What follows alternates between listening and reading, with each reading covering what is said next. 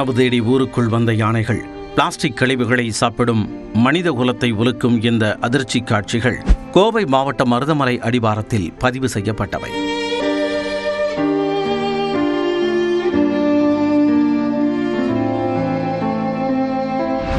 மருதமலை அருகே கடந்த 17ஆம் தேதி நோய்வாய்ப்பட்டு தனது குட்டியுடன் ஒரு பெண் யானை மயங்கிய நிலையில் இருந்தது. வனத்துறையினர் அந்த யானையை மீட்டு சிகிச்சை அளித்து வந்தனர். இருப்பினும் யானை மாரடைப்பு ஏற்பட்டு உயிரிழந்தது.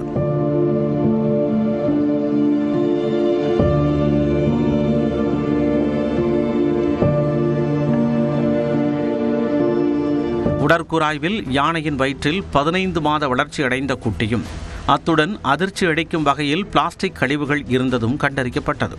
கர்ப்பிணி யானை உயிரிழந்ததற்கு நுண்ணுயிர் தொற்றே காரணம் என கால்நடை மருத்துவர் சுகுமார் விளக்கமளித்தார்.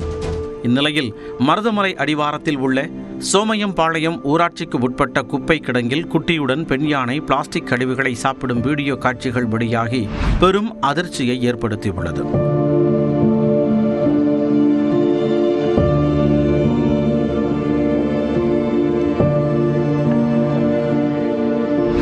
பலமுறை மனு அளித்தும் அரசு அதிகாரிகள் சரிவர குப்பை மேலாண்மை செய்யாதது மற்றும் குப்பை கிடங்கை அகற்றாததுதான் பெண் யானையின் மரணத்திற்கு காரணம் என வன ஆர்வலர்கள் ஆதங்கத்தை வெளிப்படுத்தியுள்ளனர். கிரைமுக்கு யார் புக் பண்ணணும்னா அரசாங்க அதிகாரிகளை முக்கியமாக சேர்க்கணும். அவங்க சரிவர இந்த குப்பை மேலாண்மை செய்யாத காரணமாகத்தான் அங்கே இருக்கக்கூடிய அந்த குப்பை கிடங்கு அங்கிருந்து அகற்றாமல் இருந்ததுனால தான் இந்த யானை இறந்துருக்குங்கிறது கிளியராக தெரியுது.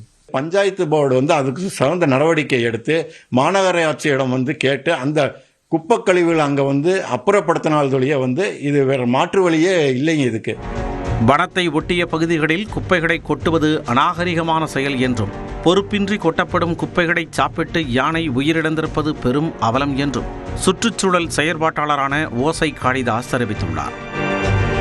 இந்த யானை இறந்தது நமக்கு தெரியும். இப்படி எத்தனை உயிரினங்கள் இப்படி பிளாஸ்டிக் குப்பைகளை கழிவுகளை சாப்பிட்டு மரணமுற்றிருக்கின்றன என்பதை நாம் அறிய முடியாது.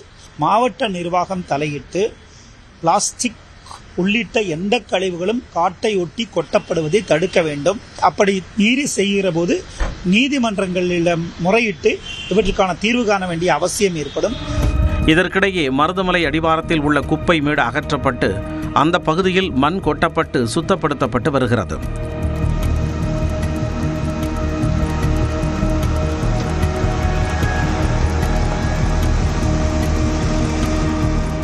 சோமையம்பாளையம் ஊராட்சி பகுதியில் சேகரிக்கப்படும் குப்பைகளை வெள்ளலூர் குப்பை கிடங்கிற்கு கொண்டு செல்ல அறிவுறுத்தப்பட்டுள்ளது.